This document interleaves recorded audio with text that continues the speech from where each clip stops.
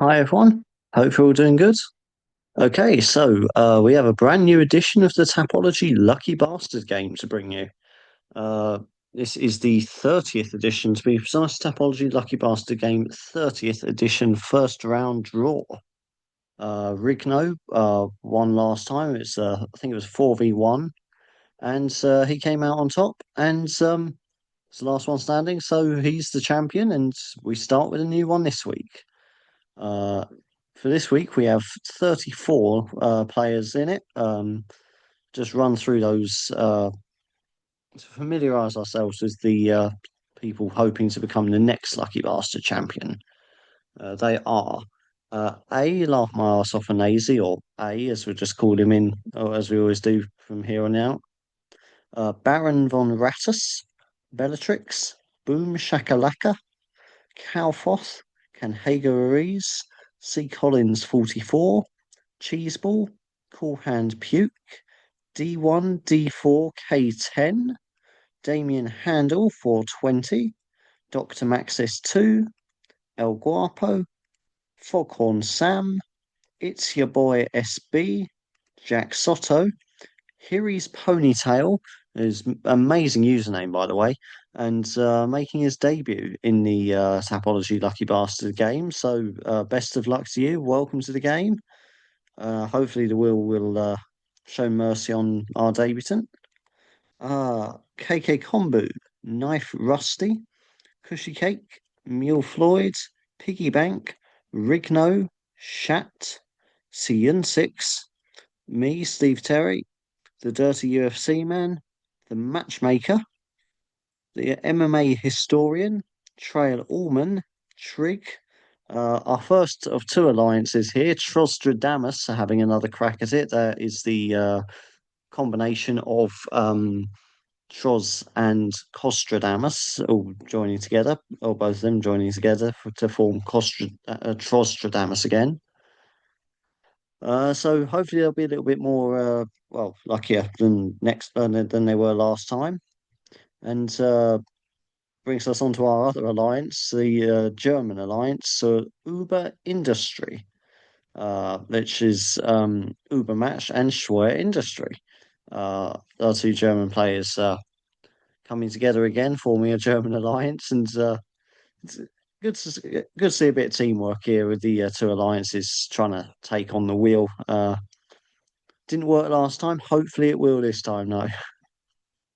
And finally, but by no means least, ex-con Chris. So that's the 34.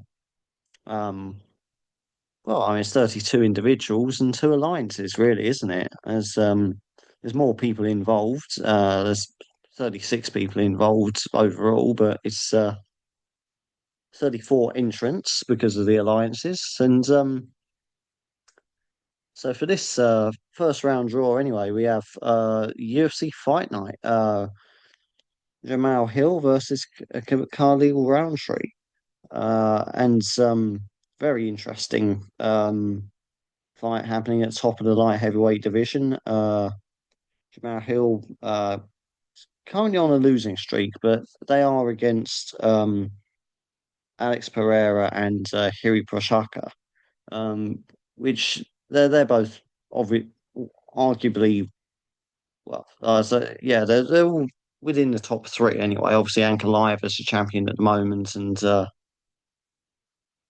you can make a solid argument for Prochaka and Pereira being two and three, or I have them the other way around personally, but that shows where he's at anyway, and still very dangerous. Fighter still very much in contention. Uh, he's obviously up against Khalil Roundtree, whose last fight was that title loss against Alex Pereira, which again, incredible showing in that one. He lasted uh, so much longer than the all of the other challengers did by comparison. So my main concern here, though, is just has he fully recovered from that? Because that was he as impressive as it was, he took a lot of damage in that fight. his nose was pretty much non-existent from what I remember, and as impressive as it was, that's the sort of fight that can change careers. And yeah, he's taken 8 months off, but I'm going to be honest. After that fight, I thought he's going to have a full year off at least, and I wouldn't have blamed him if he did because that was a hell of a beatdown. And it was competitive, but it was also sheer amount of damage he took was quite something. So because of that, and mainly because of that, I'm going with Jamal Hill for a late knockout, fifth round knockout. Um, Probably more an accumulation of Roundtree being worn down, similar to the last time, just being worn down over a large number of rounds. I don't think the usual shots that Hill would throw that would put somebody out would necessarily have the same effect on Roundtree. But I think it'd be more an accumulation situation going on. We're just succumbs to a later stoppage or possibly even goes the distance. But a fifth round knockout for Jamal Hill.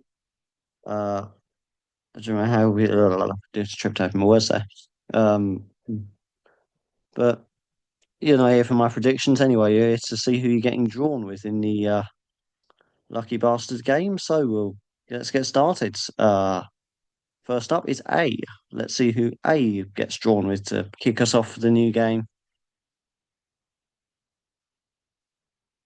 And he gets Jun Yong Park. Jun Yong Park there for A. And yeah, it's an interesting start to the game. We've got someone I reckon is going to win by second round submission. UFC veteran, the Iron Turtle, as they call him. It's I think it's the Iron Turtle anyway. Um, suitable nickname. Very well rounded and very experienced, and particularly in the grappling, he'll definitely try and take it to the ground, um, or at least that's where his path of least resistance is in this particular fight. Because he's up against uh, Ismail Narudiev, who's again very quite experienced himself, 24 wins, 7 losses, but he's been subbed a couple of times in the past, and he's he prefers to keep it standing. And with, with Park's experience, he'll know that, and he'll have come up with a game plan to try to keep it on the ground, and where Nadeev is weaker, and that's where I can see the fight ending. So uh, I think it's to start off with. I think that's quite a good pick for A. I think A's got a fairly solid chance of getting through to the second round. So let's see if this good fortune continues as we move on to Baron von Rattus. Let's see who the wheels got in store for Baron von Rattus now. And Baron von Rattus gets Tagir Ulanbekov. Tagir Ulanbekov there for Baron von Rattus.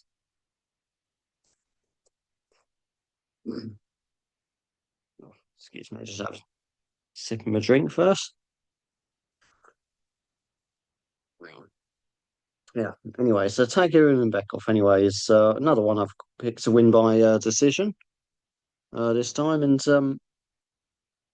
currently riding a 3-fight win streak, 5-1 in the UFC. So he's got off to a good start to his UFC career, and at flyweight, that's the sort of record that can get you climbing the ranks very quickly. In a relatively shallow, um, relatively shallow division as flyweight. So he's already beaten a few guys which not really in contention, but sort of ranked or maybe just outside the rankings. So again, that's another fairly good pick there. Is up against Azat Maxim, who's a little bit newer to the UFC, 1 win, 1 loss, but very good, very good striking. Can also go the distance, so he's got good stamina as well. He's never been finished. His only loss in his career was a unanimous decision loss in his last fight against Charles Johnson. So it's obviously going to try and get back to winning ways, but I think Ulanbekov is not exactly the kind of guy you want to run into when you want a bounce back fight. So oh, anyway, for the purposes of this game, regardless of how well it works out for the fighters involved, again, I think Baron Ratus has got a fairly good selection there. Okay, so let's move on to Bellatrix now. Let's see who Bellatrix gets matched with.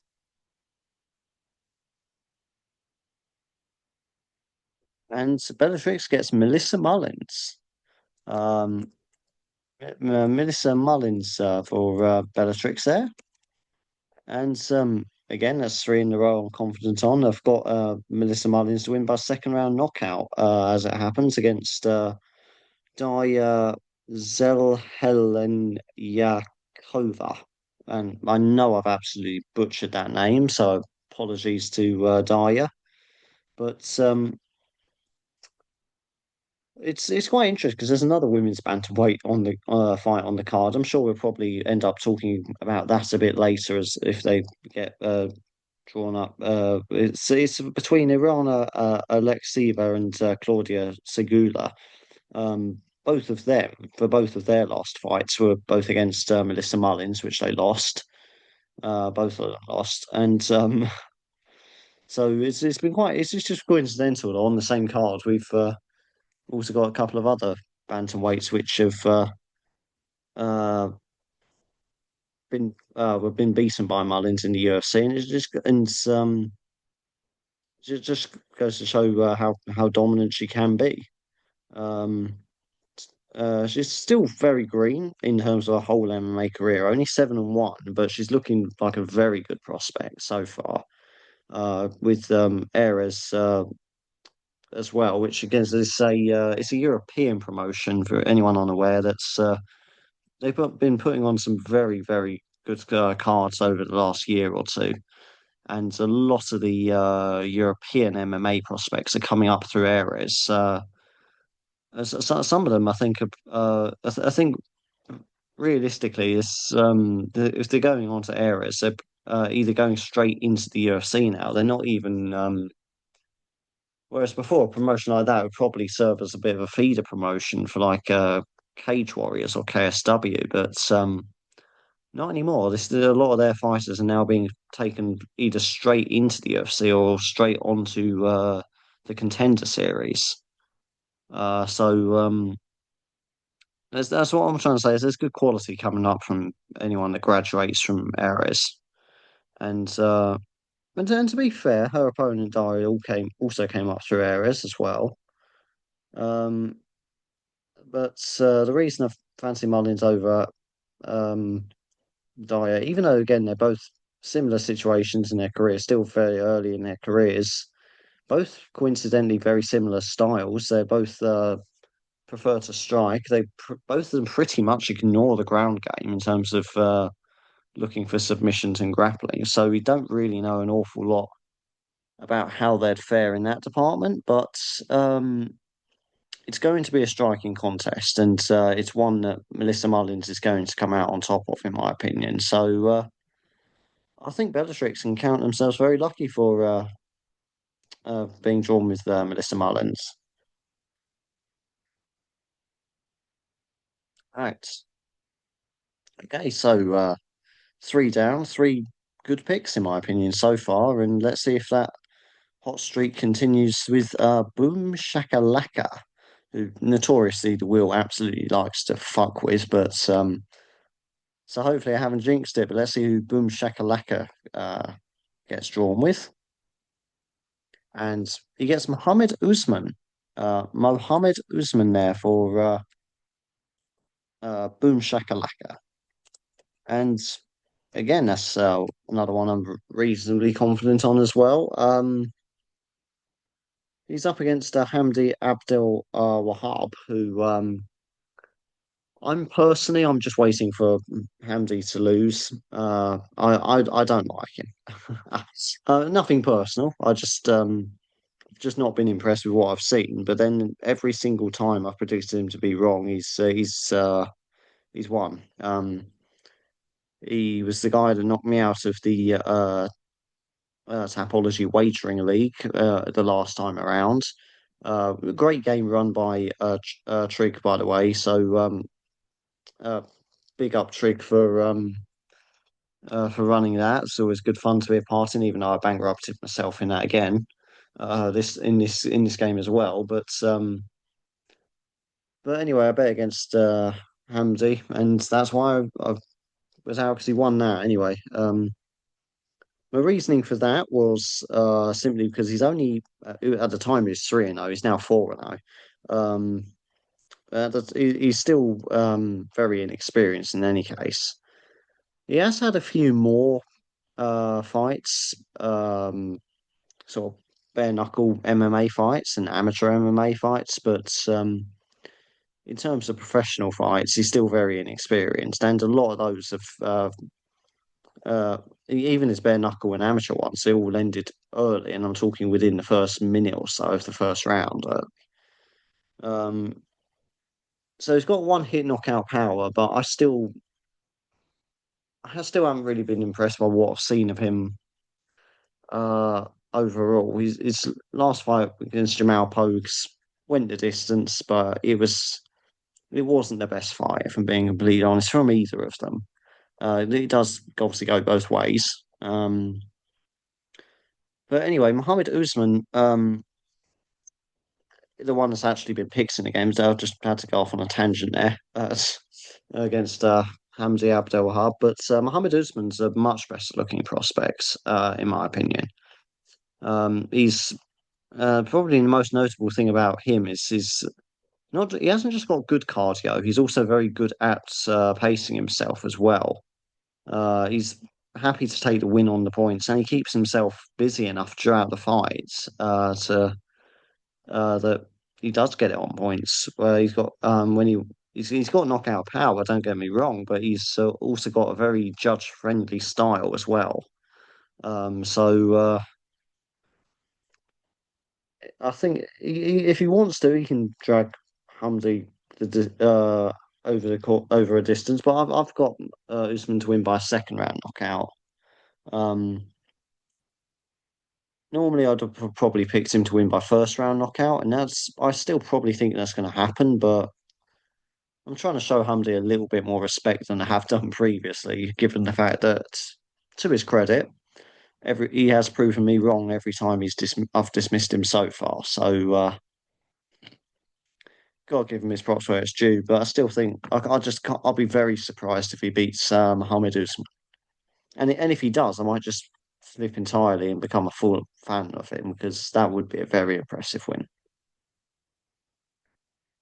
But I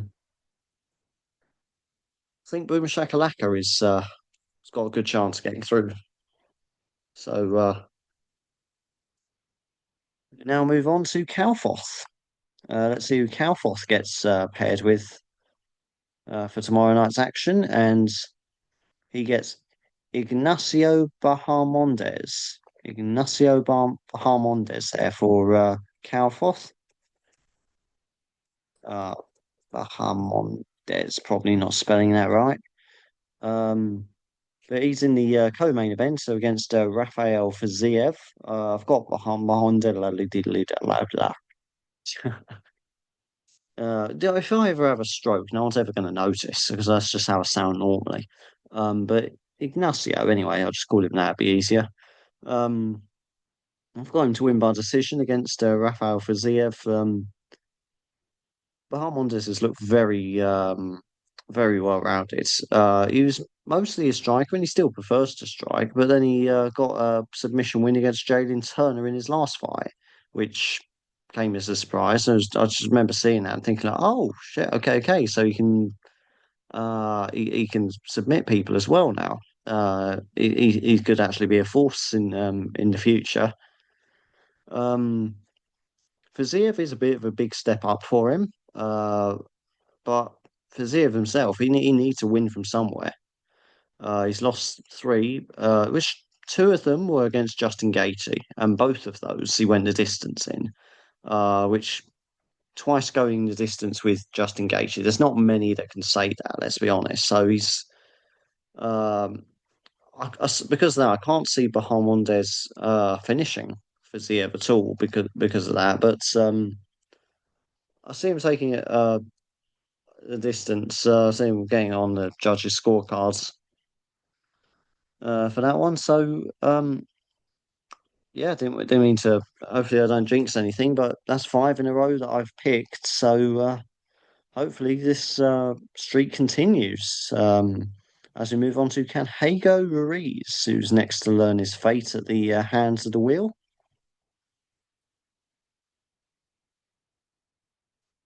And he gets Mohammed Naimov. Mohammed Naimov there for Canhego Ruiz. Means six in a row that I've picked because I've got him to win by decision against Bogdan Grad. He's made a very good start to his UFC tenure so far, hasn't he? 4-1. Um, Again, fairly well rounded from what we've seen of him so far. Still fairly inexperienced overall in MMA. 12 wins, three losses, and but then again, I don't think that's going to be too much of a factor, given that Bogdan Grad himself has only got a similar record of 15 wins and two losses. So they're about the same in terms of experience. Naimov does have, I'd say, he's got a few more UFC fights. So whereas Bogdan Grad looked good on his UFC debut, um, but that's the only UFC fight he's had, and we're still really waiting to see where Bogdan Grad is in terms of UFC level.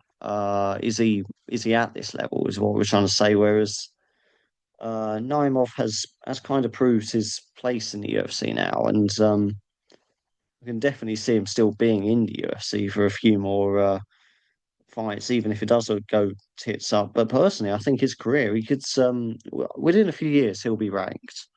That's my opinion. Within featherweight, and that's saying something given how deep featherweight is as a division. So that's uh, that's how much I rate him, and I think this is just another stepping stone on his path to eventually becoming a ranked UFC fighter. Um, so yeah, that's overall. That is very good start. Don't know why the wheel's being so generous. Don't know why the wheel was so generous for this game, but let's long may it continue anyway. Maybe he's going to let everyone get through this first round. Who knows? But sooner or later, this streak's got to end. So hopefully, it isn't with C. Collins 44 for his sake, anyway. Let's see who C. Collins 44 will be paired with. And he also gets Mohammed um, Naimov there for C. Collins 44. Well, that's what I was going to say, other than I think that he's the better looking prospect, more UFC fights so far, and I think they've got a very good future ahead of him in the featherweight division. Uh, as I say, against Bogdan Grad, I can see him winning this one. Grad's he's primarily a striker, but could he get some kind of flash knockout of Naimov? Maybe. I I don't think that's too likely, if I'm being completely honest. So, but yeah, I can't. I'm just trying to just play devil's advocate to look for something else to say about him that I haven't already said. But yeah, like I say, I'm struggling with that because that's Nymos one of the pick ones I'm most confident in on this card. So again. some great picks going so far, anyways. And that's our first double of the night. Canhaga Rees and C. Collins 44. I suppose inadvertently forming an alliance for this first round anyway. Um, as they're both hoping Mohammed Naimov can get the job done tomorrow night. Okay, Cheeseball is next to discover what awaits him in this game in this first round, and he gets Rafael Fiziev there for Cheeseball, and that brings us to our first head-to-head of the night. There'll be a few more of those. Because obviously this is the first round of the new game, and there always are. Because, well, I mean, statistically speaking, there has to be, I suppose. Really, I mean, actually, no, it doesn't really. Oh, it's going to be double ups. There's going to be head to heads lightly. But yeah, that is obviously, of course, Calfoth with Ignacio Bahamondes up against Cheeseball with Rafael Faziev. Faziev, supposed to be played devil's advocate on behalf of him. Those losses have all been very good losses. Um, I say twice against Justin Gaethje, and the other one was the injury he got against Mateus Gamrot. So I suppose you can kind of write that one off a little bit as it's sort of an injury TKO. Still a loss, of course, but not to discredit Gamrot at all. But he's competitive in the high upper end of the rankings of one of the UFC's most stacked divisions. So he's certainly got the rankings behind him, and as I said earlier, it's a hell of a jump up for Bahamondes. We'll see if he can make it that jump up. I'm quietly confident he can, but and Bahamondes is actually more experienced of the two, more fights under his belt, bit more regional experience. Viziev does overall, I'd say, have the better resume. So that's so yeah, Vaziev's definitely got that going for him, and it's not going to be an easy fight for Bahamondes, but it is one that's I'm siding Bahamondes for. So that's the first one where we where I've not picked the fighter. Okay, so we move on now to Cool Hand Puke. Cool Hand Puke is next up, and that's fantastic. It's a great big fucking advert pop right up in the middle of the screen. And anyway, he got Rizvan Kuniev. Uh, Rizvan Kuniev there for Cool Hand Puke. Just make it clear that advert that popped up there was not a sponsor or anything. That's just random, unwelcome advert spam that interrupted. Anyway, where are we? Cool Hand Puke, Rizvan Kuniev. Anyway, should probably get ad blocker or some shit, shouldn't I? Really? Uh, duh, duh, duh. And where is he? Where have no?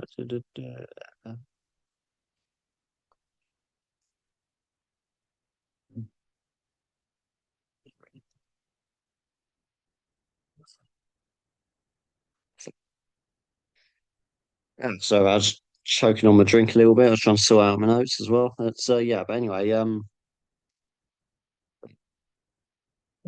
fun. And I'm dying here, but anyway,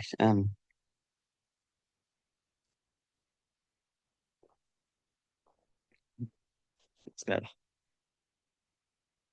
Well, it just shows there's absolutely no editing whatsoever going into these videos. That had been cut right out of it. But anyway, so uh, Rizvan Kuniev up against Curtis Blades, a heavyweight, and I suppose the tertiary main event, the one before the Fiziev Bahamondes fight, and this is Kuniev's UFC debut.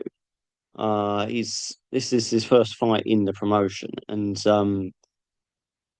Curtis Blades is one hell of a guy to get via debut, isn't he? Let's be honest. I've picked Curtis Blades for a first round knockout. To clarify that, but I can kind of understand a little bit why um Kuniev's being thrown so far in the deep end of the heavyweight division. Because he's had two fights in the contender series. He's won both of those. Um, he also had a no contest as well in the PFL and fought for Eagle FC as well. I'm not overly familiar with the exact level of quality in Eagle FC, but it's they get some decent Russian talent there. Um, so he's also a champion in Eagle FC. So again, we'll have time will tell how high level being a Eagle FC champion is, or at least an Eagle FC heavyweight champion is. Um, See how that translates to the UFC, but he's got a bit of pedigree behind him, and it's better. He's not just some random heavyweight that's come up through the regional scene simply because he's been flatlining bus drivers and lorry drivers and postmen or whatever you are. No, not postman. That's actually quite a physically demanding job, but most. But he's not. He was not fighting cans anyway. He's fought a couple of decent people on the way up, but so I can understand throwing him in the deep end. Definitely agree with a ranked fight for him for especially given that heavyweight's relatively shallow at the moment. But throwing him into Curtis Blades, that's like throwing him straight into a fucking wood chipper. Um, he's just I'd say he's so much more experienced. He's been in the UFC for so much longer as well. So his last fight was that knockout loss to Tom Aspinall for the interim heavyweight championship. But that's where he is in the rankings. Anyway, just to give you an idea, he's obviously got John Jones as well. John Jones isn't really the champion. Let's be honest. He's the champion on paper, but we all know Tom Aspinall's the real champion of the heavyweight division. So basically, we can say that Curtis Blades has lost a title fight against the current heavyweight champion Tom Aspinall. But he's within the top three or four at heavyweight, undoubtedly. Um, so well, maybe top five, I suppose. Actually, given yeah, probably top five actually. And you can probably make an argument for Silgan and Alexander Volkov nowadays, but yeah. Anyway, as for this game, I think Coolhand Puke, he's going to get screwed. That's a very bad draw. I wouldn't want to be in his shoes. With Rizvan Kuniev. So I think we're going to be saying goodbye to Coolhand Puke straight away, unfortunately. Okay, so we have D1, D4, K10 up next to learn his fates. Let's see who D1, D4, K10. It sounds like WD-40 or some kind of brand like that, or some kind of rust remover or disinfectant, doesn't it? But anyway, he gets Claudia Segula. Claudia Saigula there for D1, D4, K10. Uh, let's try and spell that one right. Claudia with a K, okay. Claudia Saigula. I don't even know if that thing is an L with the line going through it. I'm gonna put it down as an L. But anyway, she's up against Irana Alexieva, who, as I mentioned earlier, this is the fight where both of these ladies are coming off of losses against Melissa Mullins. Um, in Claudia Segula's case, she is coming off a knockout loss against Melissa Mullins, whereas Irina Alexieva's lost a decision against her. Um, and to be honest, from looking at Segula's records, she's still very inexperienced, still 6-2, so she's still got a long way to go in her career. Again, I wouldn't normally write that off as much of a factor in a fight like this because Irana Alexieva herself is 5-2, so they're at similar places in their careers. But in this case, looking at some of the actual opponents she's faced, quite a few of them have got. I think the one before she fought Melissa Mullins, actually had a losing record. Can't remember exactly what it was, but it was definitely a losing record. And there's a one or two others that again losing records as well, or debutants, or one or two fights maybe in their careers. So she wasn't exactly fighting the most experienced people. So yeah, it's still a lot of unknowns about her, and quite simply, Irana Alexieva has looked better so far. So that's why I've got to go with Alexieva for a decision. Um, so yeah, I mean, I suppose at this level, anything can happen. It certainly wouldn't be a major surprise to see Claudia win. Because two inexperienced fighters. It's again, it's just yeah. So I don't know. Maybe she's a lot better than we're giving her credit for, but she hasn't had the opportunity to prove that to us. If that is the case, yeah, that's all I'm trying to say.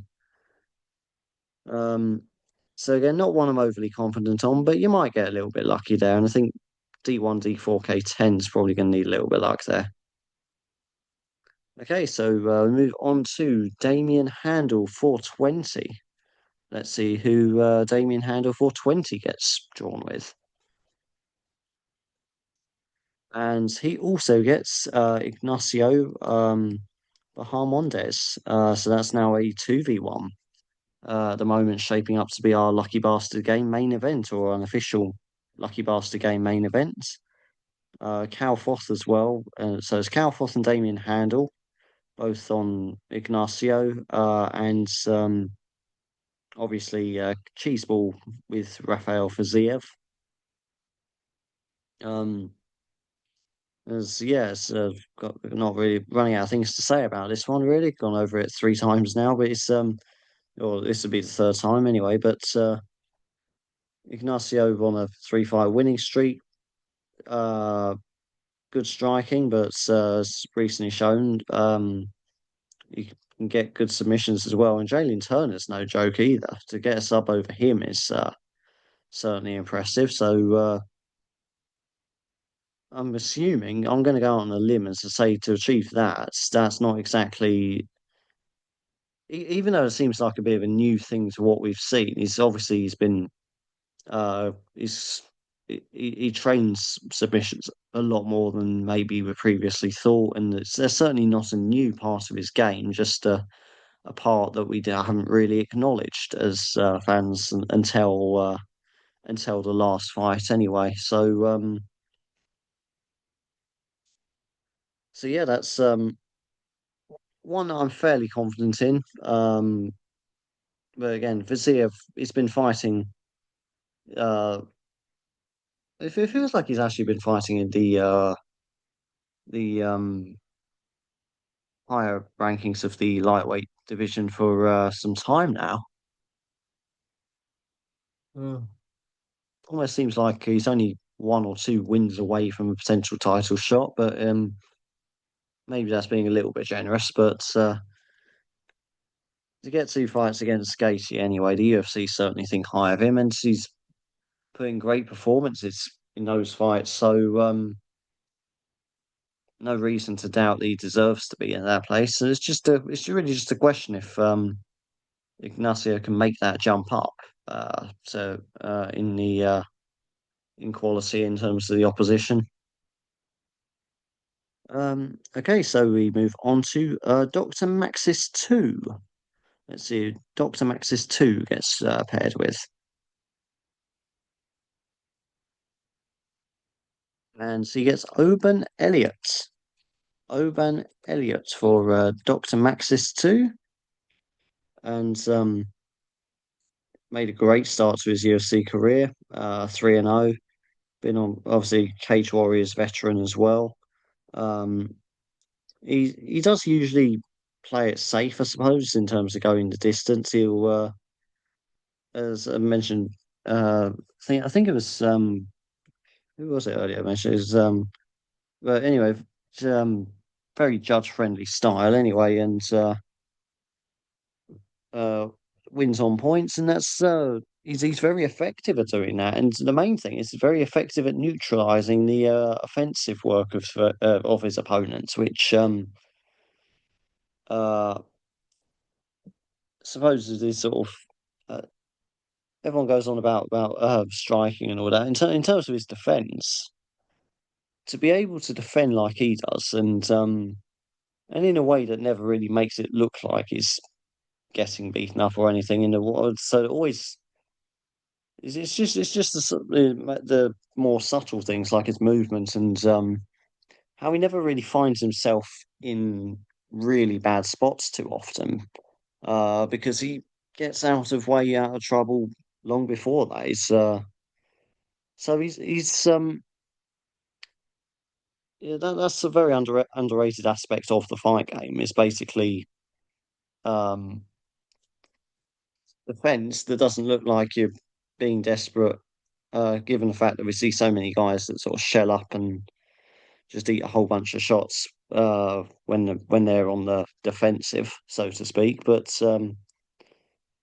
Oban Elliott he does so uh when he's defending, he does so in a way that's very clever about it. And when the opportunity does come to attack, he's always ready there to counter it as well. So he's very good style, even though it doesn't necessarily result in a lot of finishes. And I know a lot of casual fans aren't going to appreciate it, but it is it's a very effective style and one that I think is going to prevail again. It's up against Seok Hyun Ko. Apologies if I've not pronounced his name right. Who's making his debut in the UFC, and he's a two-time AFC champion.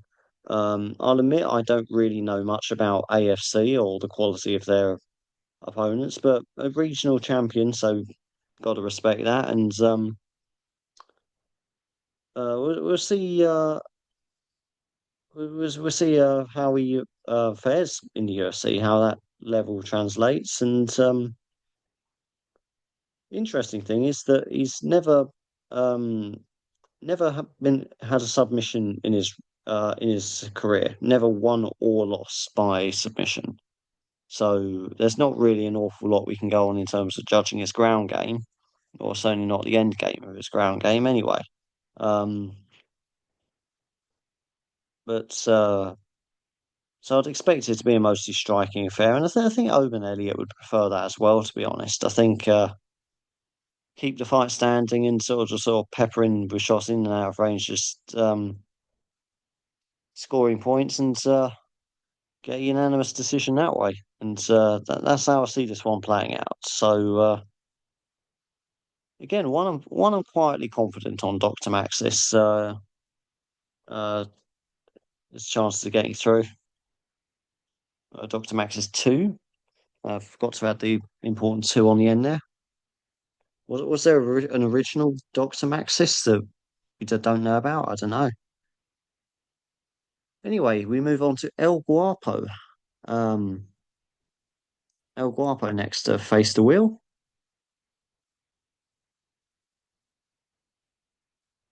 and he also gets drawn with Claudia Saigula, and yeah, so that's another double up there with D1, D4, K10, and El Guapo forming an alliance. And so I mean, if they form an alliance, God knows how we're going to pronounce that one, but anyway, uh, in any case, I think they're both going to need a bit of luck for this one because, as we say, we don't know an awful lot about Claudia just yet, and some of her there's certainly some question marks surrounding some of her opponents. that she's faced in the regional scene. So we'll see how we'll see maybe if she is better than what her record shows so far. But and Ivana Alexieva is probably the perfect test for that because they're both very similar spots in their career, similar record, both trying to prove themselves, both coming off of losses to Melissa Mullins. These are probably the two most identical women's bantamweights in the world right now. So it's a perfect matchmaking. And I know I've gone off on the UFC a few times in previous videos about how shit their matchmaking is, and they're throwing veterans to younger fighters and all that shit. But no, this is some solid matchmaking, to be fair. And I noticed generally the matchmaking for the women tends to be a lot more competitive than for the men. Like the men, they tend to throw prospects to the walls a bit more and a bit, or feed veterans to the prospects a bit more. With women, there seems to be a bit more evenly matched. I don't know if that's. I don't. I'm not going to speculate on why or why not that might be the case. That would take in a whole video essay on itself, and I'm going to be honest. I really can't be asked to make an entire video essay on women's matchmaking in the UFC. And to be honest, I don't think anyone else would watch that either. So, but it's an interesting thing to speculate on, I suppose. If you got if you got absolutely nothing better to do with your life. But in this particular case, I think Claudia's going to come out on the losing end of on this one. It's bad news for El Guapo and of course D1 D4 K10 as well. It's another bit of string. It's very fucking humid tonight, by the way.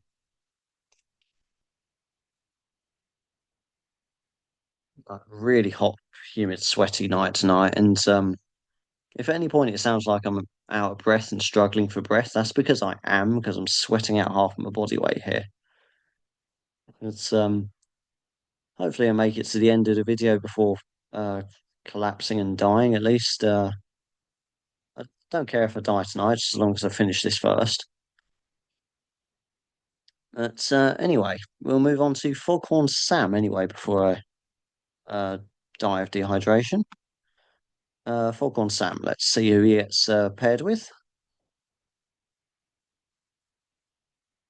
And he gets Seok Hyun Ko. Uh, that's going to take a whole minute to spell that.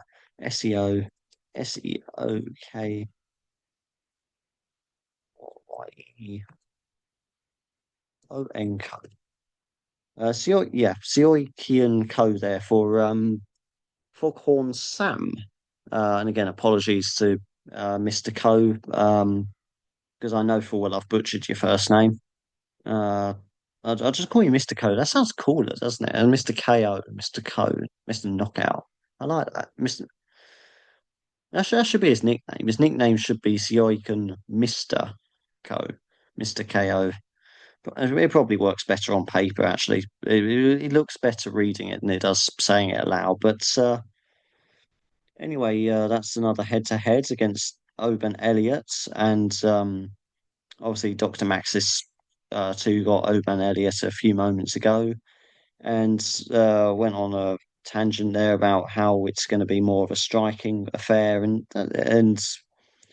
one where Elliott's probably going to get the better of it and uh, probably not an all-out striking war necessarily, but definitely one where he gets the better of it and he never looks boring necessarily. One that he's constantly moving in, moving out, scoring points, landing and well timing his shots and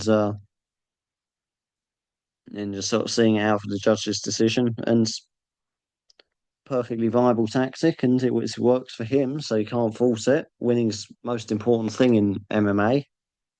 Um, and I'll say, as for Mr. Ko, he's two-time AFC champion. To be fair to him, I say two-time. I mean, that implies he lost the belt, which he did. Looking over his record, I don't know exactly what's going on. So, with it, whether it's some kind of like cross promotion thing, but he's undefeated in um, in the what promotion was it? I said it was again. Um, AFC, and so as far it's basically as I understand it, it was basically in another promotion where he lost after winning the belt, lost his belt in that despite it not being an AFC event, or at least not, or maybe co-promoted by AFC anyway, but not enough for it to count as a loss on the AFC record. And then won it back again in his next fight. So, but in any case, he's still uh, good enough to be the AFC champion. So he's got better pedigree than a lot of the than a lot of the prospects that don't come into the UFC with any belts prior. So I suppose he's got that going for him. It's just a question of how good are AFC champions? How do they fare in the UFC? How do they fare against, say, Cage Warriors Illuminati that Oban Elliott is? So we're going to be learning a lot about Mr. Ko uh, come tomorrow night. Okay, so it's your boy FSB is next. Let's see who it's your boy SB gets matched with. And it's Jun Yong Park there for it's your boy SB. So again, uh it's another pair up, another sort of double up there with A from earlier. A and it's your boy SB, and I'm not even I dread to think what that would form if there's an A laugh my ass off an AZ it's your boy SB alliance. That would be oh, I wouldn't even want to try to pronounce some of the potential alliances you guys could conjure. Uh,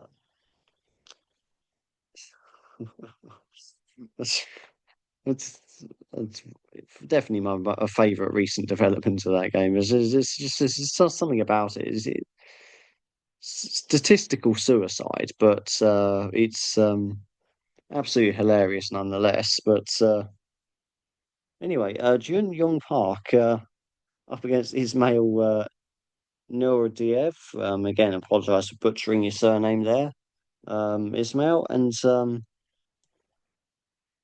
as Jun, obviously the UFC veteran, I wouldn't have thought he's going to have too much trouble against Ismail. Who's again, he's had a few fights in the UFC now, two and three though, so it's not the best record. Um, as I say, we've only really um, Ishmael's main strength is striking, which, in all honesty, I think even in terms of the striking department, I think Jung Young Park is, I would say, certainly is equal, at least in that regard, um, and definitely better on the ground.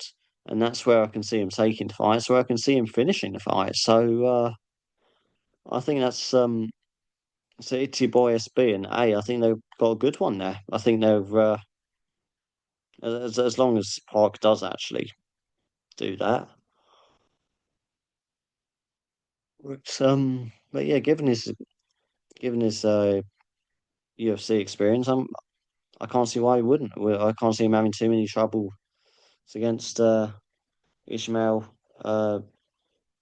in any case, really. So again, this good pick for it's your boy SB and of course A. Okay, so we move on now to Jack Soto. Jack Soto's next to learn his fate, and the guy I already went on a ramble about earlier, Hamdi Abdel Wahab, and as I said, I have to give him a bit more respect than I have done previously because every time I've doubted him, he's proven me wrong. So I've got to eat my words to some extent there, but it still remains the fact he is still inexperienced, or at least in pro fights anyway. Again, he's had a few bare knuckle MMA fights, but to be honest, I've only seen a few bare knuckle MMA fights, and uh, the The level of them I've seen have not been great, if I'm being honest. They've all been regional shows, using them as well as freak show fights, really. Basically, I know there's a few promotions like I know Jorge Masvidal has something like that, doesn't he? He's got haven't really paid too much attention to it, but he's got a bare knuckle one as well. Bare knuckle FC, the boxing one, is good, but I mean, I wouldn't say that Hamdi's fights um are that level. And in any case, it's a different rule set entirely. But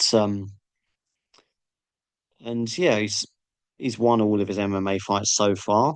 Um, he had that fight against Jamal Pogues in his last fight, which not the highest quality fight, but it's a win, and it was a win I wasn't expecting him. It wasn't expecting him to win that. So fair play. He's proven me wrong on that occasion, but Muhammad Usman is much better than Jamal Pogues, and looks like a much better prospect. I think it's going to be a bit of a comeback fight for Usman because he's on a two-fight losing streak. Both of those unanimous decision ones, so it's not looked terrible in them. And I wouldn't have thought we'd have too much trouble dispatching Hamzi Abdel Wahab. So yeah, not really. Yes, I'm trying not to disrespect him again or completely write him off because he's, like I say, proven me wrong several times now. But yeah, I can't see any way Hamdi wins this one against Usman. And by doing that, I have Uh, undoubtedly jinxed it so that he is now definitely going to win. Anyway, so we move on now to our debutant, Harry's Ponytail, which amazing username, by the way, love it. Um, it's so let's see who you get drawn with for your first ever fighter. Best of luck to you. Let's see if the wheel shows mercy to the debutant. Oh, and start off your first ever lucky bastard game with the one of the main eventers, Jamal Hill. Jamal Hill. I've never really known how to pronounce that first name actually. Jamal Hill. I just call him Jammy Hill, like Jammy Dodger. Jamal Hill. Anyway, um, very close fight. Anyway, against Khalil Roundtree. And to be honest, I think in most cases I'd have probably um I'd, I don't know actually. I think I probably would have always gone for Hill to be honest, because but Roundtree he looked good in the fight against Alex Pereira, but that I'm still worried about how much damage. Excuse me, how much damage he took in that fight. Um, has he fully recovered from it? Because that's, as I said in the intro, that's the sort of fight that can change a fighter's career. Is he still going to be the same fighter after it? And the thing is, that fight it was quite a big jump up as well. That's the thing. It's not like he was massively in contention. I think he was ranked about seventh or eighth or something like that. So he wasn't one of the immediate names. It wasn't. Um, I think it was just a case of it was they wanted Pereira to fight again, and he was who was available. And as it happened, he came up and gave one of the best efforts of any contender in Pereira's title reign. Um, but having said that, because of that, he didn't really have the he didn't really fight some of the top guys coming up. He didn't fight ironically Piri Prashaka, uh he, Muhammad Ankalaev or Glover Texiera. it's over to Sarah rather, but whereas Jamahal Hill has been in with those guys. Not always come out winning, but he's been in there with them, and iron sharpens iron, so he's got better experience against the higher level guys at light heavyweight. Uh, was obviously a former champion himself, but for what it's worth anyway.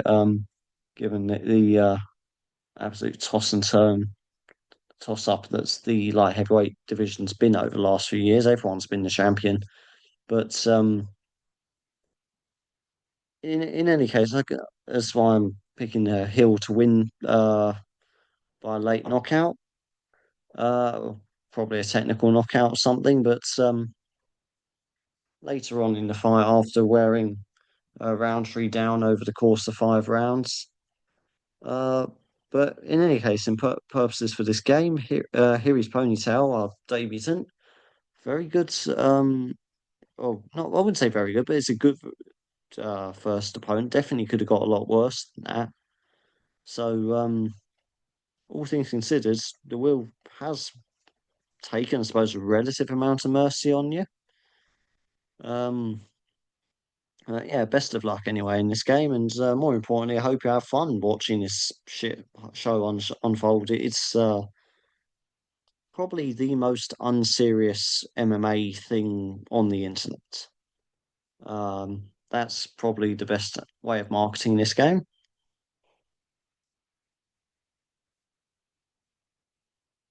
Okay, so we've got KK Kombu next.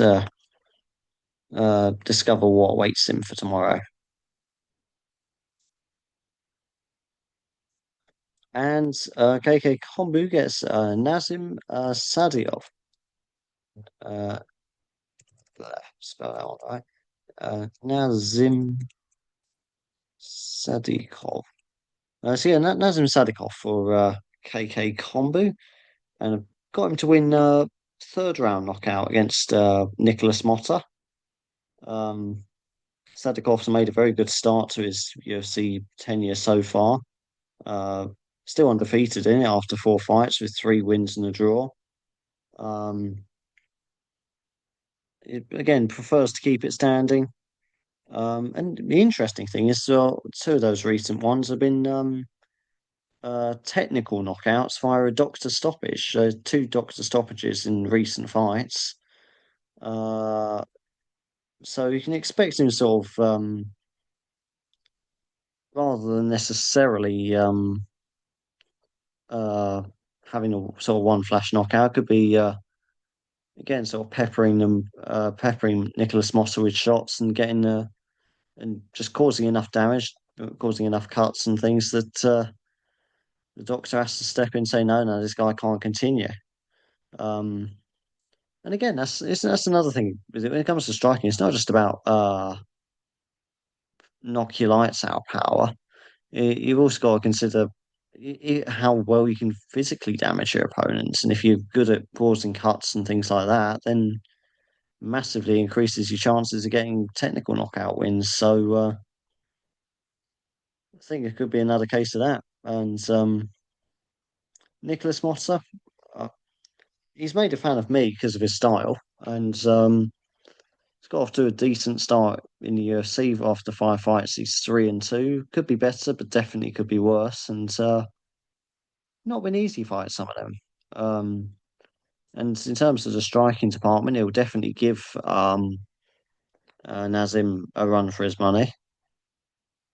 Um, the only thing that does concern me is that over his career, he has been uh, knocked out or stopped by technical knockout 4 times overall.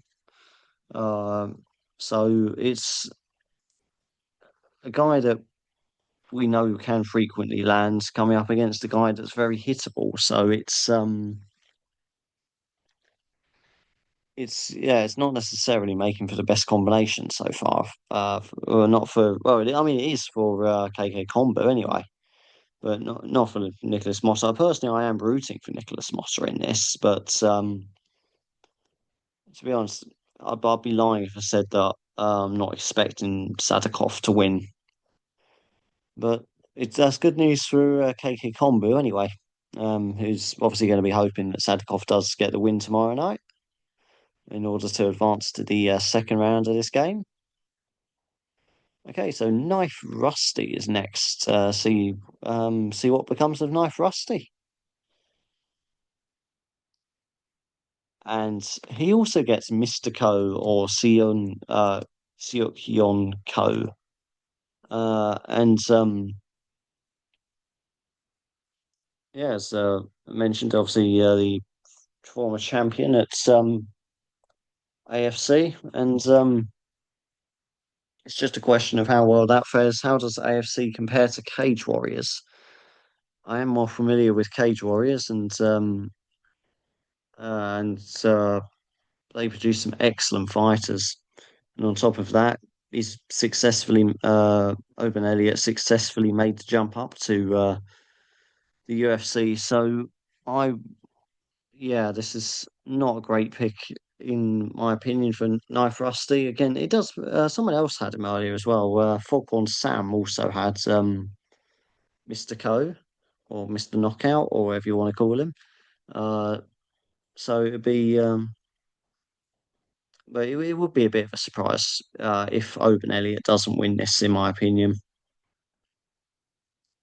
Not really much more I can add on to that one, really, other than because Open Elliott himself's come up a few times. Obviously, Dr. Maxis 2 has had him. Has anyone else had him? No, no, okay, no. So it's just the 2v1 there. Seok Byung Ko and with versus Open Elliott or Dr. Maxis 2 versus Foghorn Sam and now Knife Rusty. So we're starting to get to the stage where now we're starting to muddle the waters a little bit. With double ups and head to heads, but I feel like we've got a decent spread so far amongst most of the fights. So definitely made for an interesting action tomorrow night. Okay, so now we go on to Cushy Cake, who's gonna see who Cushy Cake's gonna be rooting for tomorrow night. And one of the ones I'm the most confident on the card, Melissa Mullins. Uh, again, who else got Melissa Mullins? Someone else. Yes, Bellatrix also got Melissa Mullins, and yeah, one of the best ones on the card. Uh, she's been very dominant so far from what we've seen of her in the UFC. Uh, still, still very green, but so's her opponent, Daya Selen Diddly Doodah. So we're just going to call her Daya. But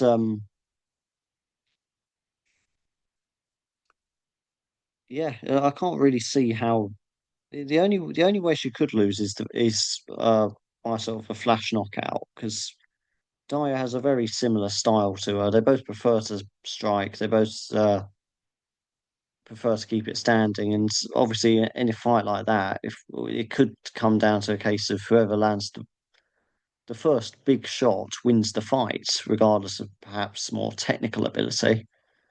So it could be a sort of a flash knockout situation, but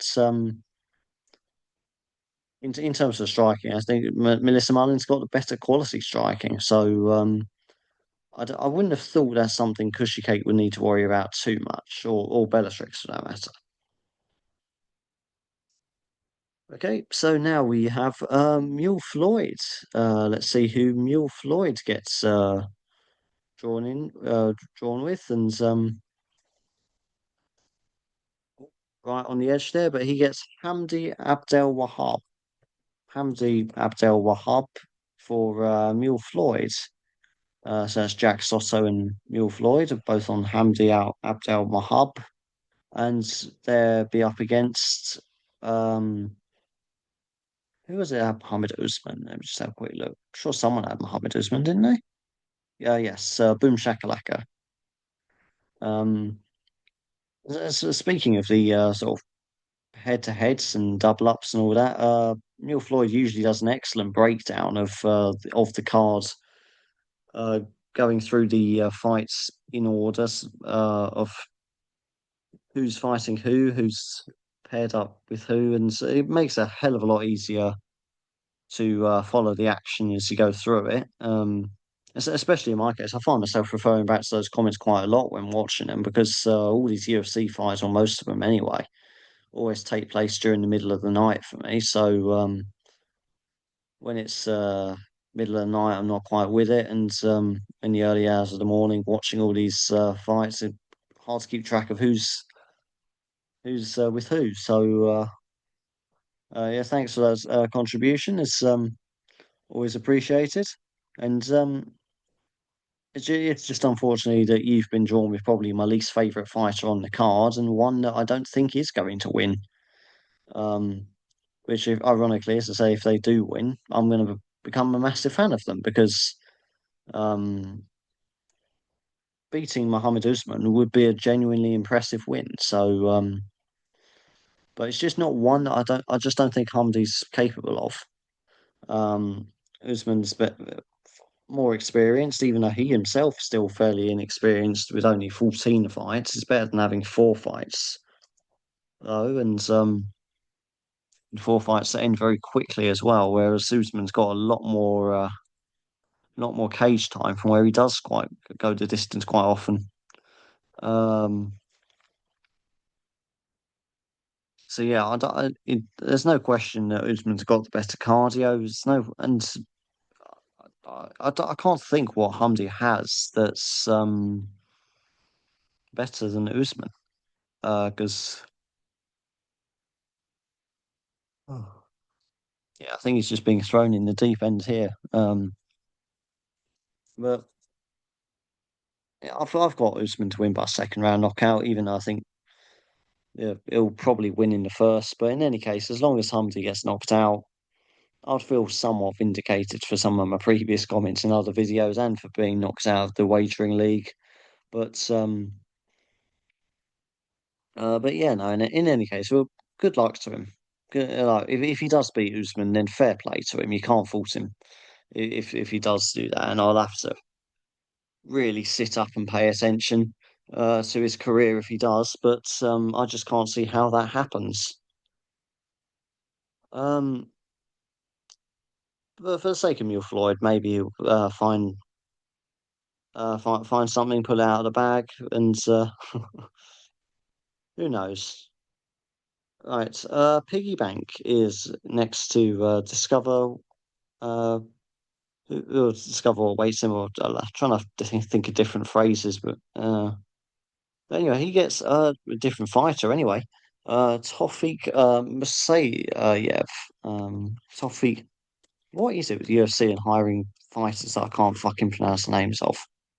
You never just get John Smiths in the UFC, do you? I mean, and that's a good thing because obviously, if you want to make it a global competition, if you have everyone from this, that's all John Smiths and all that, well, you're not getting the best in the world necessarily, are you? But it's just inconvenient that when it comes to pronouncing their names, I just butcher all of them. Uh, it's Anyway. So Tofik, say, hang on, what's happened there? I've lost my Excel page for a second. There it is. Right, there we go. Tofik Sayev there for Piggy Bank, and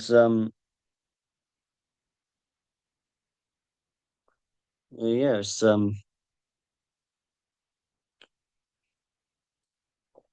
excuse me, just a bit more of my drink. But yeah, anyways, it's his UFC debut. Um, I've picked him to win, but it's not one I fight that I'm 100% sure of up against my Taibek or Alobai.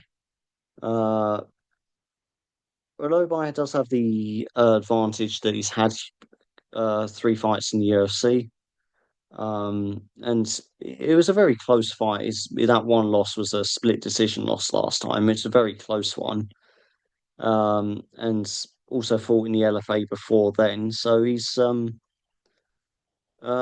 does look like a pretty solid um prospect in his own right. But I've gone with Tafiq though, simply because even though it's his UFC debut, he was 7-1 in Rising, where he won one of their tournaments, lightweight tournaments, which are always great fun to follow. The lightweight, it's probably Rising.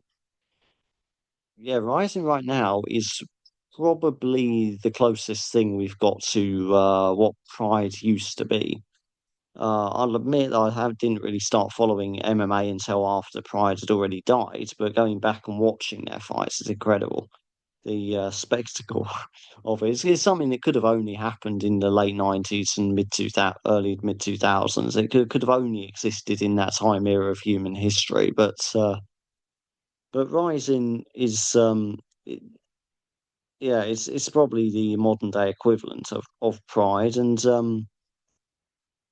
or in terms of presentation anyway. And even though maybe the quality and talent's moved over to the UFC more these days, it's still got some very good fighters over there. And I'm sure we'll see more fighters coming from Rising into the UFC in the future. Um, Hiri Prochaka himself, obviously, former Rising champion. So it's some very, very good talent over there. And simply because of that, I rate those Rising wins more than Orlobai's early UFC wins so far. So that's what I've gone on. It's a very close fight though, and it's not the one of the ones that I can honestly say that yes, this guy's definitely going to win. I think it's just on the balance of probability, more likely than not, he's going to win, sort of situation. But Piggy Bank will certainly be hoping that my prediction there is right anyway. Okay, so next we have Rigno. Let's see who Rigno gets paired with. Let's see what awaits him. And well, would you look at that? He gets Tafik Musayev again. So twice in a row he's come up, and well, yeah, not really anything else I can add to that other than what I've literally just said a minute ago. Former Rising champion. Um, and well, I don't know if that makes him official champion, but he won one of their tournaments. That's a champion in my opinion. Um,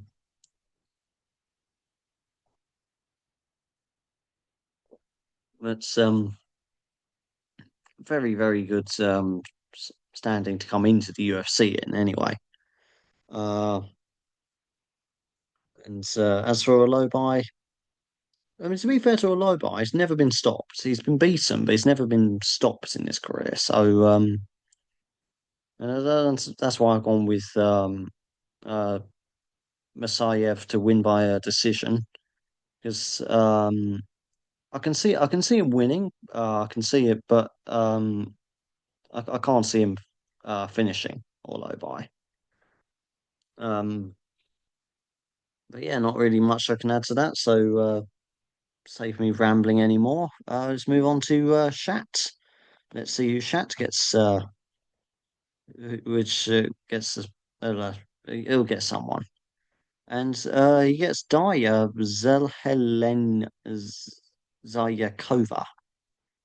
Daya, Daya. You know, I'm actually going to spell this right. You know, it's a spectacular name. It deserves to be spelled right. So just bear with me for about half an hour while I type it all out. ZHE Lez Nya Kova. There we go. I'm just going to call it Dio because there's no fault I've butchered that surname, so I apologise for that. And obviously uh she's up against Melissa Mullins, which again it's come up a few times. Melissa Mullins, Cushy Cake, Has Melissa Mullins. So does Bellatrix. I think this is definitely the first time Di has come up though. So we've got a bit of a head to head on that one now. Um, it's again two very similar fighters. Both prefer to strike, but both similar stages of their career. Um, both similar number of UFC fights. Di has had two, who's 1-1 in the UFC, whereas Melissa Martin is 2-1 in the UFC. Um, the thing I do find interesting about Dyer is she's never won by submission so far. So we've not really seen any of her like offensive grappling. Although having said that, I doubt that Melissa Mullins, given that she prefers to strike as well, I doubt she's going to be the one to force that issue and ask those questions. So I think that's more of an interesting trivia rather than a fight determining factor.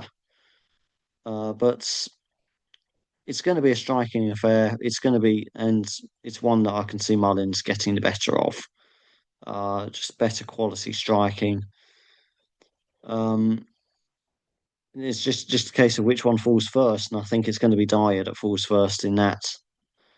Uh, which isn't great news for Shat, but in that kind of a fight, it's anything can happen, and women's MMA is unpredictable at the best of times. But to put two strikers in there against each other, and well, it's absolute recipe for unpredictability. So it's certainly uh not without a shout. And to be honest, there's not really anyone on this card which I could honestly say they're not winning besides Hamdi Abdel Wahab. But besides him, I'm pretty much everyone else has at least a chance. There's not many fights that I looked at and think, oh yeah, no, they're screwed. They're absolutely screwed. They're not getting anything out of that fight. But anyway. Uh, Daya Yakova there for Shat. Okay, so we move on to CN6 now. Uh, let's see who the fighter representing CN6 is going to be. It's going to be Mohammed Naimov there. Mohammed Naimov for CN6. And again, I know someone had Mohammed Naimov earlier. Actually, Canhago Ariz and C. Collins 44 both had. So that's three now on name off. And so yeah, no pressure at all there, Mohammed, but got off to a very good start in his UFC career, so I don't think that the pressure of having three random lucky bastards on his shoulders is going to add to that because he's been able to handle the pressure of the UFC, so should be able to handle the pressure of carrying a few people in the lucky bastard game, no problem. Not that he'll even be aware of it. But it's proven to be very well rounded, decent cardio, and go the distance if need be, and one that I think is going to be a real problem at featherweight in a few years. I don't know if he's gonna. It's too early to tell whether he'll be a title contender or anything like that. But it's and still a hell of a lot of talent around the featherweight division. So that would be a very impressive if that were the case. But I can see him getting ranked at least. So the future doesn't matter though, not in this game. All that matters in this game is the here and now and what's going to happen tomorrow night. So for tomorrow night, I think CN6 got a very good chance of getting through. But let's see if I will. It's me next, Steve Terry. Let's see who I get paired with.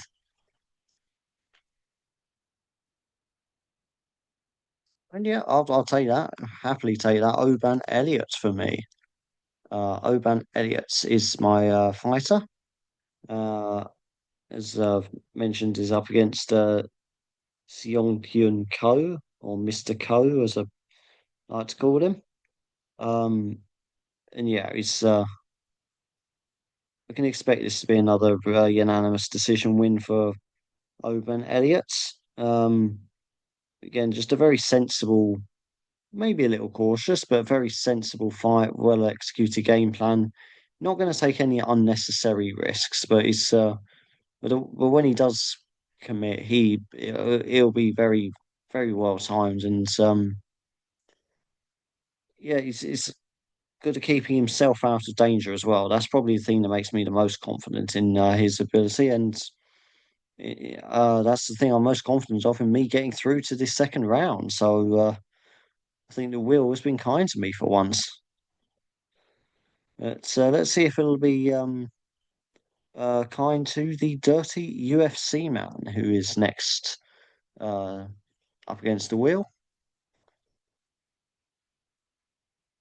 And it's Mohammed Usman there for the dirty UFC man, who's and first fight on the card, so up against Hamdi Abdel Wahab. And Usman should win that. I just can't. That's probably the only fight, as I mentioned earlier, where I can honestly say I can't see how Abdel Wahab wins this. Uh, and I say with good reason as well, because Usman's got very good cardio for a heavyweight, so that's not going to be a problem. Um, Abdel Wahab's mostly just blasted his opponents out within seconds of the fight starting. Um, and when he didn't, you end up in the fight with Jamal Pogues, which, yeah, neither of them came out looking great in that one. Um, he did make it to the final, well, so fair play to him for that. But I think it's in any case, I think it's a very safe pick there for Mohammed Usman. I think he shouldn't have any troubles with somebody like and if he does, that would raise the serious question: is Hamdi really that good, or is Usman maybe not as good as we first thought he was? But I don't think we're going to be having to ponder that question anyway, because I think Usman should win. Um, I mean, he needs to because he needs to snap that losing streak, so he's got the motivation there as well. I would be very surprised if he doesn't uh, in that little losing streak tomorrow night. Okay, so we're getting to nearer the end of this now. Is how many more? There's about eight more to go. The matchmaker is next to discover what awaits him for tomorrow night. Oh, and we get Mohammed Usman again. So again, not really more I can add to that other than I'll be very surprised if he doesn't beat Hamdi Abdel Wahab. Suppose maybe play devil's advocate for Wahab. Could maybe hit him with a flash knockout. He's got freak power, given that, and you certainly don't want to be on the receiving end of one of his shots, especially not. Well, we're certainly not in the first round, and not in the first minute of the first round, anyway. But will Usman let him land that shot? I don't think so. Will and even if he does, I can't see Usman going down quite like some of his other opponents has. So all in all, it's another good pick there, and it does mean it's quite a few now. Is that two? It's three or four now on Usman. Um, who else had Usman earlier? I'll just scroll back through, have a little quick look. Yes, Boom Shakalaka. That's Mohammed Usman. So Boom Shakalaka, the dirty UFC man, and the matchmaker, all with Usman. Let's see if the MMA historian um, is going to be as fortunate with the wheel.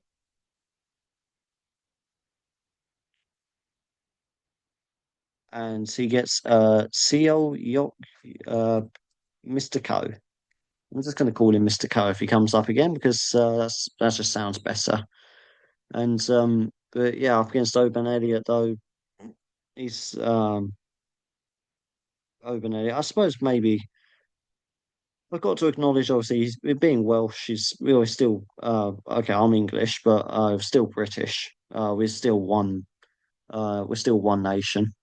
Um, they have the better flag compared to the English flag. I'll give them that. They got a fucking dragon on it. I always wish they put the dragons on the Union Jack somehow. That would look amazing. But anyway, so there's probably a bit of home bias there, is what I'm trying to get at. Um, so that's probably going to cloud the judgment a little bit. And Mystico, of course, a former regional champion with AFC. Um, Open Elliott, as I've mentioned few times now, he'll try to keep it standing. But he'll, suppose if he did want to experiment, given that Seong Young Ho has never won or lost by submission, I suppose maybe Elliot could be tempted to ask a few questions about his grappling in the fight, perhaps, but he doesn't need to if he doesn't want to. Um, in my opinion, so that's yeah, I'm not overly confident in the MMA historian's chances, or at least, and again, personally, obviously biased because I've got Open Elliott as well for my pick, so obviously I'll be hoping he wins. Um, but it's an interesting experiment anyway. See how good AFC champion translates into UFC ability. Okay, Trail Allman is next up. Let's see what awaits Trail Allman. And Trail Allman gets Hamdi Abdel Wahab, who, in my opinion, needs a small miracle to beat Muhammad Usman. Um, and again, yeah, I'll be surprised if uh, I don't know about the odds. I didn't actually check the betting odds, but I'd be surprised if Hamdi wasn't the biggest underdog on the card because he should be, in my opinion.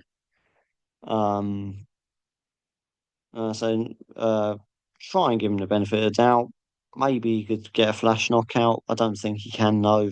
It's just Usman is just too good. Um, too experienced, too good. It's better cardio as well for heavyweight, and if Hamdi gasses out like he did against Jamal Pokes, I mean Usman's going to punish him for that. So that's probably how that fight ends, really.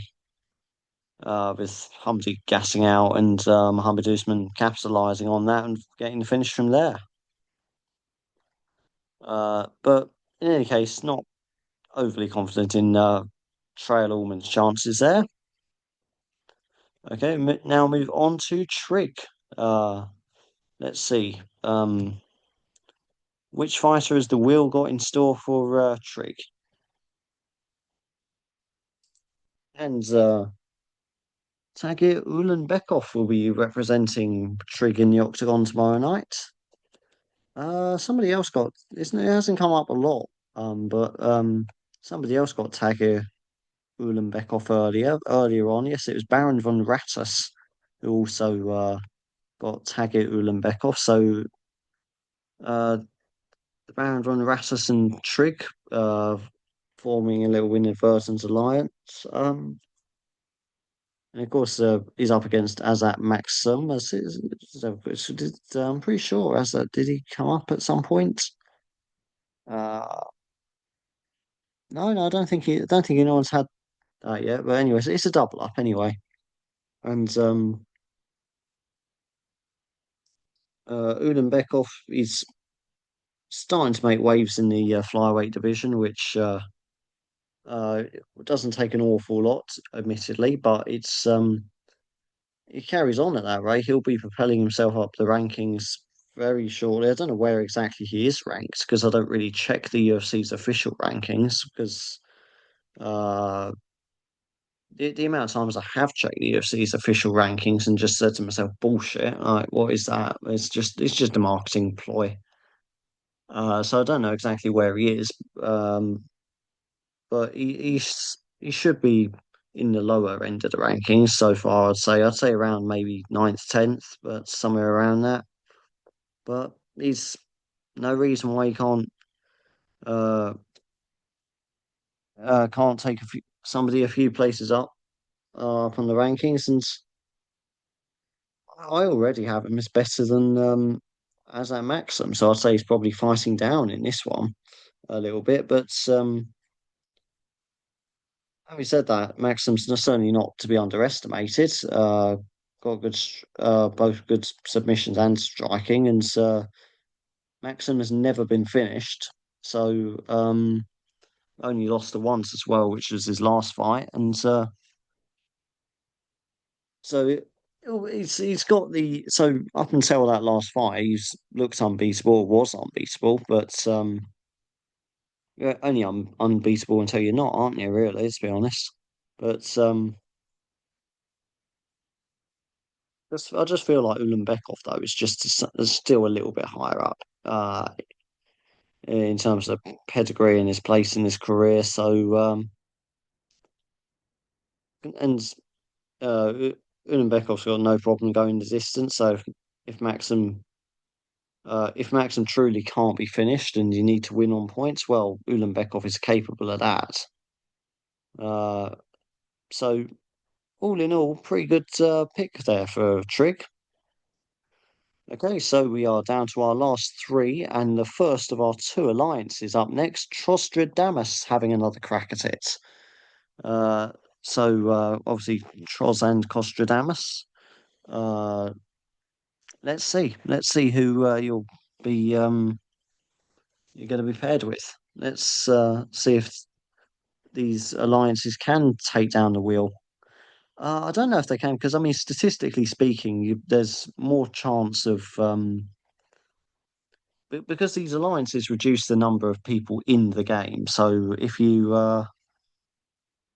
the more you pair up, the less likely someone is to beat the wheel. But and can the wheel feel the power of an alliance? So is two lucky bastards really better than one? We're about to find out.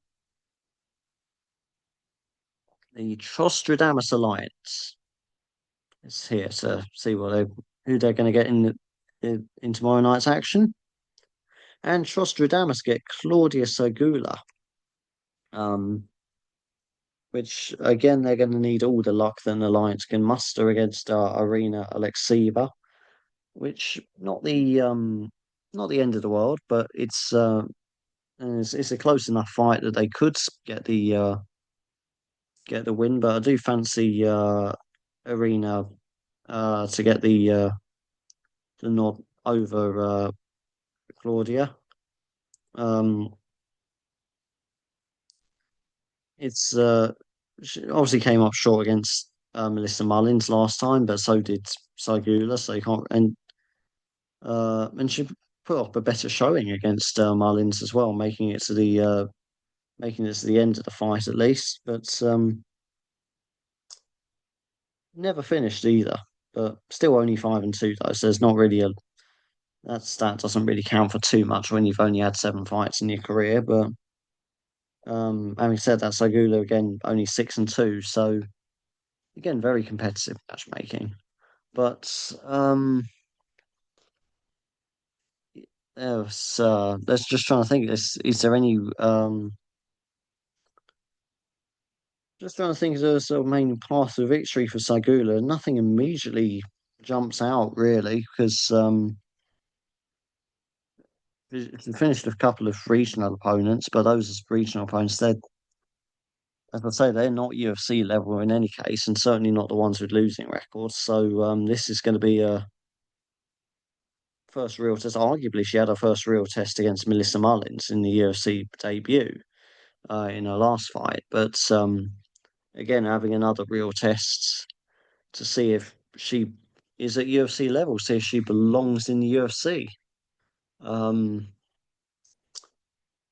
but I think the Trostradamus Alliance, I don't know how much extra strength an alliance can muster, but I think they're going to need all the resources of both Tros and Costradamus in order to will a win for them in this round. But that moves us on to our German alliance, Uber Industry. Uber Industry, therefore, is next to learn their will. Let's see if the German alliance gets a bit more luck than Trostradamus did. When would you? Well, that's ironic, isn't it? I know there was a little. I know they were at one point, or Costradamus was trying to think, are they going to form a four-way alliance? But the Germans both unanimously agreed, no, they're not going to join up with the Yanks, and I don't blame them. I don't blame them for not wanting to ally themselves with the Yanks with the current geopolitical climate. Who wants to not to get too political, but I mean, yeah, just look at who they've got in the Oval Office representing them. Um, but inadvertently, they basically have formed a four-way alliance because both Trostradamus and Uber Industry have got Claudia Sagula. Um, so yeah, it's either they both go through or they both go out. Both alliances either go through or out together in this first round. Um, so yeah, um, they didn't agree to a four-way alliance, but just inadvertently, that's how it happens. Uh, anyway, maybe four people all willing on Claudia's going to will be that extra strength she needs to overcome Dyer. Uh, anyway, the talking to the Americans, our uh last one up, another American, Delaware's finest, ex-con Chris. Let's see who ex-con Chris is going to be paired with. Oh, right on the line, and it's Hamdi Abdel Wahab. Given how much I've rambled on about him, I suppose it's only fitting we end with him, isn't it? But Hamdi Abdel Wahab, who, in my opinion, massively out of his depth against Mohammed Usman, and no alliance in the world would be strong enough to wheel him through. So certainly one man on his own isn't enough to wheel Hamdi through. But ultimately, the only person in the world that can get Hamdi or ex-con Chris and anyone else that's been drawn with Hamdi through is Hamdi himself. But anyway, that concludes the first round draw for the 30th edition of the Tapology Lucky Bastard game. Let's just run through those one more time. We won't try and besides the ones that are literally right next to each other, I won't try and mention who's got double ups, who's head to head, because at this point it's just far too confusing and we'll be here all night. Um, but anyway, so A or A like Miles off an AZ with Jun Young Park, Baron Van Rattus with Tagir Ulanbekov, Bellatrix with Melissa Mullins, Boom Shakalaka with Mohammed Usman, Calfoth with Ignacio Bahamondes, Canhego Ruiz with Nahamid Naimov, as is C. Collins 44, Cheeseball with Rafael Fiziev, Korhan Puke with Rizvan Kuniev, D1 D4 K10 with Claudia Saigula, Damien Handel 420 with Ignacio Bahamondes, Dr. Maxis 2 with Oban Elliott, El Guapo with Claudia Saigula, Foghorn Sam with Siokin KO or Mr. Ko, um, it's your boy SB with Jun Young Park, Jack Soto with Hamdi Abdel Wahab, Hiri's ponytail, and they called him Hiri Pachaka there, but our debutant, Hiri's ponytail, not the full Pachaka, just his ponytail, with Jamal Hill, KK Kombu with Nazim Sadikov, Knife Rusty with Mr. Ko or Seo Kyon Ko, Cushy Cake with Melissa Mullins, Mule Floyd with Hamdi Abdel Wahab, Piggy Bank with Tawfiq Masayev, as is Rigno as well.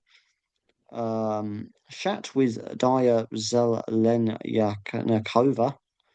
Siyun 6 with Mohammed Naimov. Me, Steve Terry with Oban Elliott. The Dirty UFC man with Mohammed Usman. The matchmaker also with Mohammed Usman. The MMA historian with Sion Yong Ko. Trail Allman with Hamdi Abdel Wahab. Trig with Tagir Ulanbekov, Trostradamus Alliance with Claudia Saigula, as is the Uber Industry Alliance as well. So both the alliances with the same fighter, and finally ex-con Chris with Hamdi Abdel Wahab. So that concludes the first round draw of the 30th edition, and hell of a mix there, isn't there? Let's be honest. And it's all that leaves me to say really now is good luck with this absolute mayhem that they will always produce. It's the first round's always the favourite. It's always longer sorting out making the video for it, but it's always the best fun to follow. It's always the one with the most anticipation. It's like the start of a new football season, isn't it? Uh, you see, as everyone's back in it, everyone's got a chance, kind of feeling. Um, that's how I feel at the start of every new Lucky Bastard game. But anyway,